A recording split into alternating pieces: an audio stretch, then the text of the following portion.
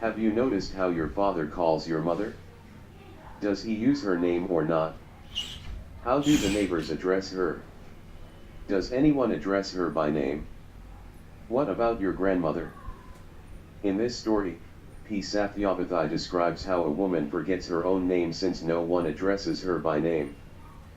How does a woman gain her identity by name, by marriage, by motherhood, by education, by profession, or by anything else? Read the story keeping these questions in mind.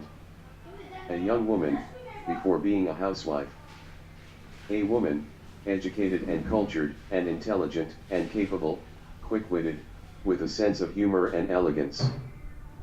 Falling for her beauty and intelligence, as also the dowry which her father offered, a young man tied the 3 sacred knots around her neck, made her the housewife to a household and said to her, "Look, Amatu, this is your home." Then the housewife immediately pulled the end of her sari and tucked it in at the waist and swabbed the entire house and decorated the floor with mugula designs. The young man promptly praised her work. "You are dexterous at swabbing the floor, even more dexterous in drawing the mugula. Sabash, keep it up." He said it in English, giving her a pat on the shoulder in appreciation. Overjoyed, the housewife began living with swabbing as the chief mission in her life. She scrubbed the house spotlessly clean at all times and beautifully decorated it with multicolored designs. That's how her life went on, with a sumptuous and ceaseless supply of swabbing cloths and mugga baskets. But one day while scrubbing the floor, the housewife suddenly asked herself, "What is my name?" The query shook her up. Leaving the mopping cloth and the mugga basket there itself, she stood near the window scratching her head, lost in thoughts. "What is my name? What is my name?"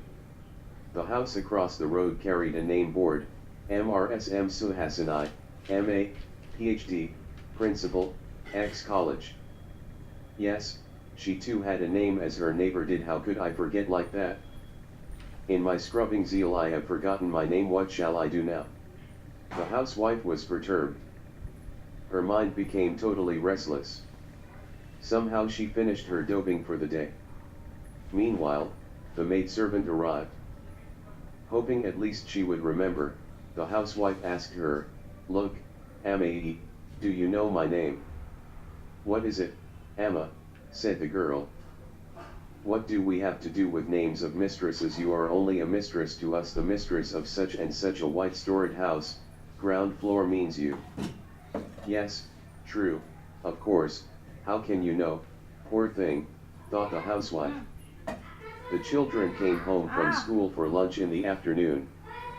At least the children might remember my name, the housewife hoped. "Look here, children, do you know my name?" she asked. They were taken aback. "You are Emma, your name is Emma. Only ever since we were born we have known only this. The letters that come are only in father's name because everyone calls him by his name. We know his name. You never told us your name. You don't even get letters addressed to your name," the children said plainly. "Yes, who will write letters to me? Father and mother are there, but they only make phone calls once in a month or two. Even my sisters are immersed with swabbing their houses. Even if they met me in some marriage or kum ceremony, they chatted away their time talking about new mugula or new dishes to cook, but no letters." The housewife was disappointed and grew more restless. The urge to know her own name somehow or the other grew stronger in her. Now a neighbor came to invite her to a kum ceremony. The housewife asked her neighbor, hoping she at least would remember her name. Giggling, the lady said, "Somehow or other I haven't asked your name, nor have you told me." Right hand side, white storied house, or there she is, that pharmaceutical company manager's wife. If not that, that fair and tall lady, that's how we refer to you, that's all. That's all that the other housewife could say. It's no use. What can even my children's friends say? They know me only as Kamala's mother or some auntie. Now my respected husband is the only hope. If anyone remembers it, it is only he. During the night meal, she asked him, "Look here, I have forgotten my name. If you remember it, will you please tell me?" The respected husband burst out laughing and said, "What is it, dear? Never has it happened before. You are talking about your name today. Ever since we were married I have got used to calling you only as Yemoy. You two never told me not to address you that way because you have a name of your own. What's happened now? Everyone calls you Mrs. Murphy, don't they? Not Mrs. Murphy, I want my own name. What shall I do now? She said in anguish. What's there? You choose a new name, some name or other, the husband advised. Very nice, your name is Satyanarayana Murthy. Will you keep quiet if I ask you to change your name to Sivarao or Sundara Rao? I want my name only, she said. It's all right, you are an educated woman, your name must be on the certificates. Don't you have that much common sense? Go and find out, he advised her.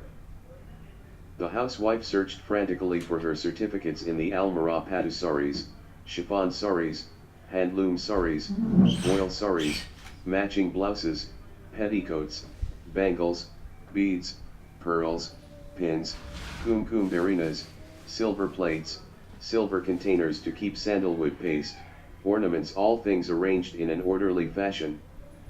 Now here could she find her certificates. Yes, after marriage she had never bothered to carry those certificates here. Yes, I haven't brought them here. I shall go to my place, search for my certificates and inquire about my name, and return in a couple of days. She asked for her husband's permission. Very nice. Must you go just for your name or what? If you go, who will scrub the house these 2 days? Said her lord. Yes, that was true because she scrubbed better than the others. She had not allowed anyone else to do that job all these days. Everyone was busy with their own respective duties. He had his office, poor things, the children had their studies to take care of. Why should they bother about this chore? And she had been doing it all along, they just didn't know how to do it, of course. But still, how to live without knowing one's name? It was all right all these days since the question had not occurred to her. Now it was really hard to live without a name. Just for 2 days you manage somehow or other, until and unless I go and get my name I shall find it difficult to live, she pleaded with her husband and managed to get out of the house. Why, dear daughter, have you come so suddenly? Are your children and husband all right? Why have you come alone? Behind affectionate inquiries of the father and the mother there was a strain of suspicion. Recollecting immediately the purpose of her visit, the housewife asked her mother most pitifully, Amma, tell me, what is my name? What is it, Amma? You are our elder daughter. We gave you education up to BA and got you married with 50,000 rupees as dowry. We took care of your 2 deliveries each time. We alone bore the expenses of the maternity home. You have 2 children, your husband has a good job, a very nice person, 2 your children are well mannered. It's not my history, Amma, it's my name I want. At least tell me where my certificates are. I don't know, child. Recently we cleaned out the almirah of old papers and files and arranged some glassware in their place. Some important files we kept in the attic, we shall search for them tomorrow. Now what is the hurry? Don't worry about them, take a good bath and have your meal, child, said the housewife's mother. The housewife took a good bath and ate her meal, but she could not sleep. While scrubbing the house, humming happily, joyously, and making mugulog, she had never thought that she would have to face so many difficulties like this by forgetting her own name. Dawn broke, but the search for the certificates among the files in the attic had not ended. Now the wife asked everyone she met. She asked the trees, the anthills, the pond, the school where she had studied, the college. After all the shouting and the wailing, she met a friend and succeeded in recovering her name. That friend was also like her, married, and a housewife like her, but she had not made swabbing the sole purpose of her life. Scrubbing was only part of her life. She remembered her name and the names of her friends. This particular friend recognized our housewife. Sarada. My dear Sarada, she shouted and embraced her. The housewife felt like a person totally parched and dried up, about to die of thirst, getting a drink of cool water from the new earthen kuja poured into her mouth with a spoon and given thus a new life. The friend did indeed give her a new life. You are Sarada. You came first in our school in the 10th class. You came first in the music competition conducted by the college. You used to paint good pictures too. We were 10 friends all together. I meet all of them sometime or other. We write letters to each other. Only you have gone out of our reach. Tell me, why are you living incognito? Her friend confronted her. Yes, Pramila, what you say is true.